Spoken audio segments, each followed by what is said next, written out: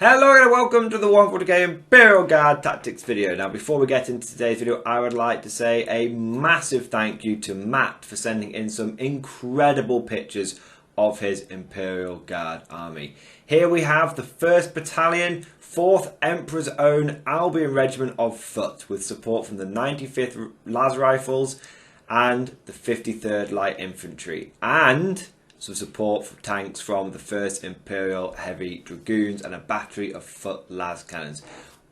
All of it is awesome. I mean, I am there. I am in. I am already marinating in the awesomeness of this regiment, and the colour scheme is just beautiful. For those of you that don't know, white is an incredibly hard colour scheme to paint, and the fact that you've gone for an almost all white and red Guard army is just incredible, Matt, and I think you've pulled it off.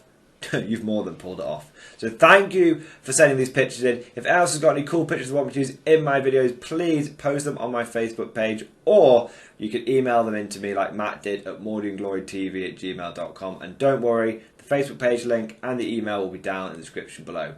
Without further ado, let's take a look at today's video. So today, guys, I just want to spend a few minutes talking about a potential shift in the meta that we're going to see coming in the future, and what this is going to be a shift towards is psychic heavy armies. See, at the moment there's not a lot of psychic power dominating the meta. You've got Admech and Dark Elder, especially Dark Elder, who have actually 0 psychic presence, and then you've got the new orcs coming in which do have some psychic presence, but they're not a psychic heavy army.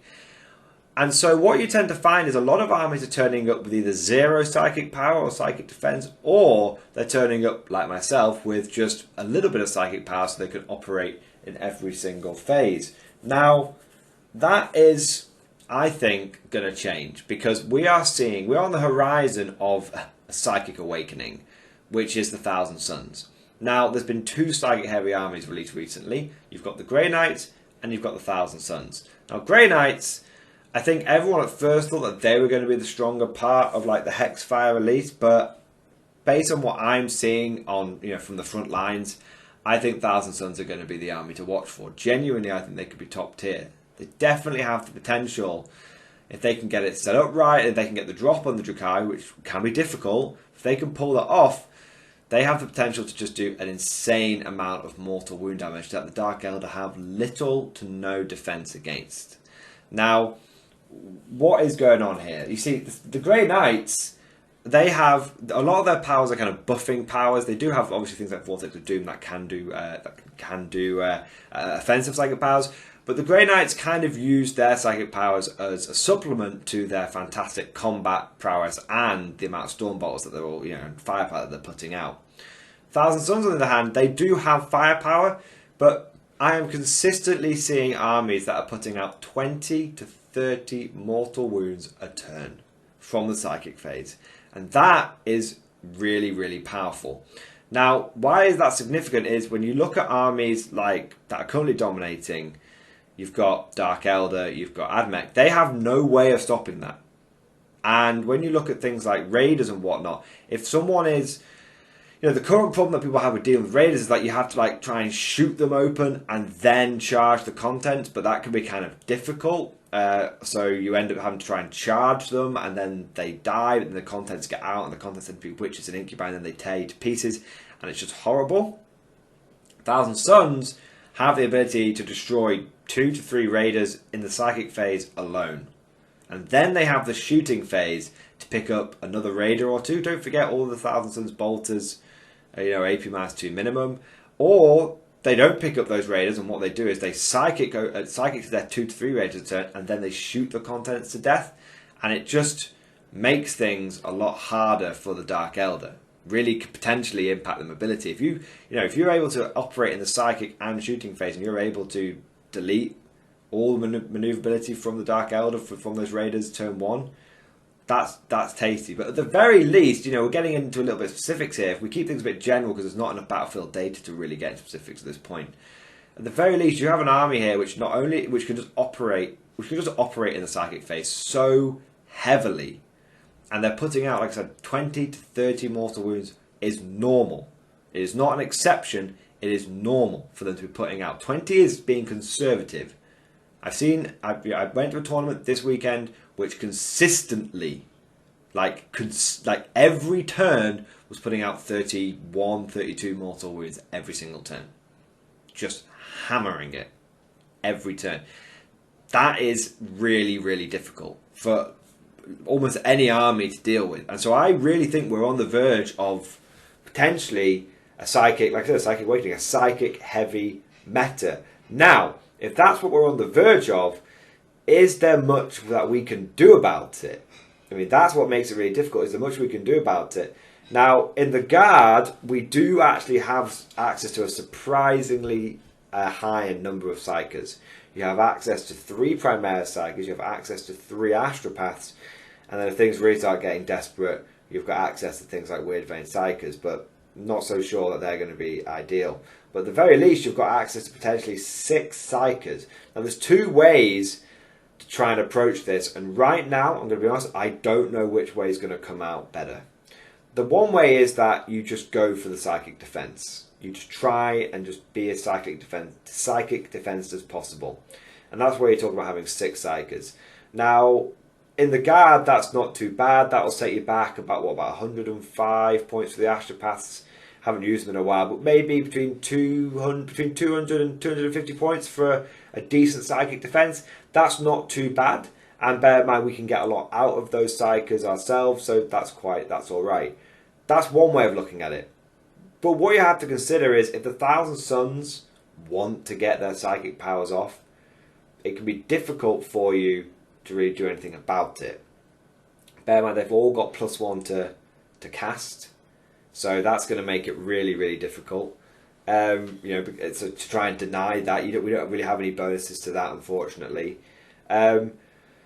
So that's one way of doing it, but potentially, and again, this is a little bit of a theorycraft video. I do try and avoid these, but I'm sort of trying to, as I often say, it'll be interesting to see if we look back on this video in 6 months' time and see if it was true or if it wasn't, or if how true it was.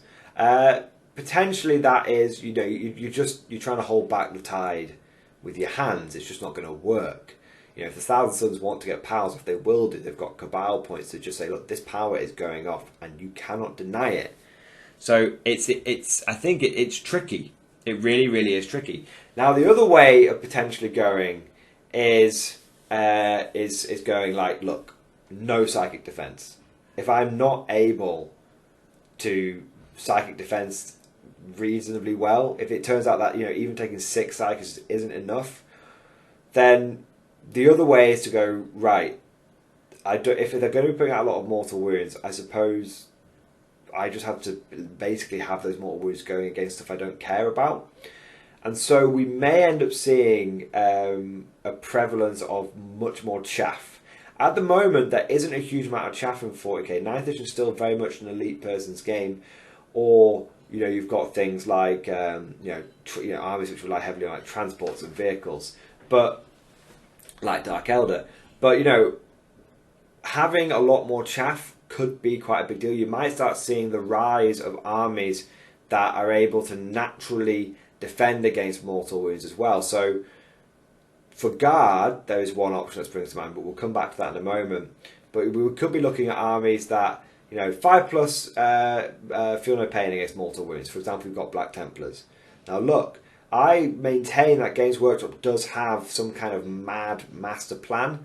It might not be clear to us mere mortals, but if you look at what they're releasing, there definitely appears to be some kind of master plan going on. So you had Marines, which were really dominant at the beginning of 9th, and then as the codexes have come out, more codexes came out that were just good at dealing with Marines, which is why you've got things like Dark Elder, which are really good at dealing with Marines, and they were absolutely smashing it. And then you had Admech, which were really good at dealing with Dark Elder, and then you had Orcs, which were really good at dealing with Admech, and so everything's becoming a bit more balanced. And then you've got all the armies that have come out so far haven't got a great psychic defense, and then you've got psychic armies coming out, which is going to make the meta, if it change again.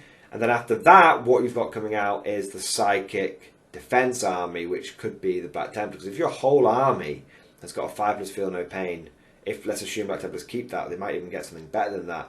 If your whole army is a 5+ feel no pain against mortal wounds, then essentially you're going to reduce the amount of mortal wounds you take by 33%. So that is a big deal. And if you combine that with things like, okay, well, you could be taking lots of rhinos. Rhinos are quite cheap. They've got 10 wounds, and then but for 1,000 Suns player to get through those 10 wounds, statistically, they need to do 50 mortal wounds to it because of the Black Templar 5+ feel no pain. So I think we're going to see potentially a shift, and there could be some domination of the psychic psychic phase for the next month or so. But swinging back round, what can Guard do about this? Well, Guard on its own might struggle, but there is potentially you could go down the route of, well, if it's going to come down even more so to number of wounds that I can put on the table rather than, you know, toughness and armor save, then you're going to start seeing bodies turning up on the field. And I mean, like, not dead bodies. Well, of course there'll be lots of those, it's the Guard. What I mean is you may end up seeing this shift towards more infantry, more screening, potentially. Now, it might not be screening that does it. It might be, again, we could be talking screening with vehicles, like sacrificial vehicles, like, you know, a Sentinel, at the end of the day, is a 35-point thing that can just absorb a psychic power or two, can absorb a smite or two. That's something to be aware of. You know, or it could be, I know a lot of you are going to roll your eyes and go, oh, of course, Morning Glory, you think this, but it could be that you see the return of more infantry. I mean, what we're seeing doing well at the moment for Guard is Scions, which is elite, not really infantry. It's a lot of vehicles with, you know, some infantry support, but less than 100 infantry. And then you're also seeing Guard army, which has got like tank commanders, manticores, 5 torques per round, and smattering infantry. Well, those armies are really going to suffer from mortal wounds. I mean, the 1,000 Suns are going to pick up 3 torques primes in their psychic phase alone. But picking up 3 torques primes or picking up 3 infantry squads, you know, which one would you, for me it's obvious you want to lose the infantry, not the torques primes. So you might end up seeing more chaff hitting the field. Now there is one other option, but it does involve selling your soul to the 3-armed devil. You do have the Genestealer Cult option. Now, I know a lot of people will be like, no, Morning Glory, don't give in to the dark side. But bear with me, it is my job to present the options, and it is the Commissar's job to execute me for heresy. And that's fine, okay? But you could potentially go down the Genestealer Cult route. Firstly, Genestealer Cult can ally in with Tyranids.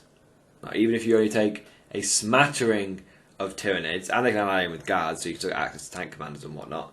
But even if you ally in just a smattering of Tyranids, you can then start taking advantage of the Shadow and the Warp. Now, correct me if I'm wrong. If anyone knows better than me, please tell me. But I believe Shadow and the Warp would still work if you're allied with Genestealer Cult. And that would allow you to basically have a blanket sort of -1 to cast powers if you're near the Genestealer, not the Genestealer Cult, but the Tyranid units. I don't know if that's like a Super Doctrine thing, but I feel like it's an 8th edition Codex to Tyranids, and that should still apply. From what I've read and what I've looked into it, that should work. But just, you know, anyone who might know better, let me know. Even so, the other thing you've got access to for Genestealer Cult is the Magus. Now, the Magus actually is a really interesting ability where if your Magus is nearby, then any other Genestealer Cult unit nearby can deny second power. So if you've got like 3 Maguses, then they alone are going to be like denying second powers. But then you could be conga lining, you know, Brood Brother squads, infantry squads, neophyte squads, conga lining them back to the Magus, and they will also then start getting denies. So at that point, you're not looking at like 5 or 6 denies or 3 or 4 denies. You're looking at potentially, you know, 10, 12 deny capabilities. Combine that with the potential Shadow in the Warp to counter the 1,000 Suns, you know, +1 to cast, and you've actually just got a lot of deny offs there. You know, they've got flat. You cancel their +1 with your -1. They've got to roll their dice. You've got to roll your dice. That becomes a lot less certain. You're definitely taking the wind out of the sails of the psychic army. On top of that, you have access to the Acolyte Icon Ward, which has a 6+ feel no pain for everyone nearby you. Everyone nearby the Acolyte Icon Ward. So again, if you're combining all these things, you're turning up, you know, that's 16% of those mortal wounds denied. That's not a huge amount, and fishing for 6s is never a strategy that I put a lot of faith in. but it's options and it's there, and it's just something to be aware of. So you could be, you know, if we end up going down that route, I've often talked about, you know, a really successful Genestealer Cult army is one that, you know, stops messing around with the mutants and starts doing, basically running a guard style Genestealer Cult army. If you did that, combine it with some like Hive Guard gun beasts for some fire support, and, you know, some tank commanders and whatnot, you could have a really effective army that has a lot of firepower, screened out by a lot of denies and sacrificial wounds. So it's definitely something to be aware of. But of course, like I said, you have to be willing to, you know, sell your soul to the three-armed devil. It does sort of come back to the video that I did on Friday, last Friday, where I talked about, you know, a lot of guard players play with their guard army and they don't compromise and they don't care if they win or lose. They will fight and die for the Emperor no matter what the meta says. But if you aren't one of those guard players, and the only restriction you're putting on yourself is I want to do as well as I can, and the only restriction is guard, which is kind of the camp I've migrated to, then keep the Genestealer Cult option in the back of your mind. Because at the end of the day, it allows you to potentially squeeze more out of your guard army. And, you know, we're in a bad spot potentially as a faction anyway. So squeezing every drop is, you know, what we might have to do. Anyway, we'll wrap the video up there now. Hope you guys have enjoyed today's video. If you have, please consider heading on over to the Patreon page. There is a link down in the description below. And it was a massive thank you to all of my current patron supporters. It's thanks to your generosity that I'm able to keep this channel going, and I'm able to attend tournaments, get information from the front lines, get early warnings about potential meta shifts, bring that information back and share it with you guys. So massive thank you to all the Mordian Glory Patreon supporters. You guys are legendary. Hope you guys enjoyed this video. Thank you for watching, and of course, I'll see you guys next time.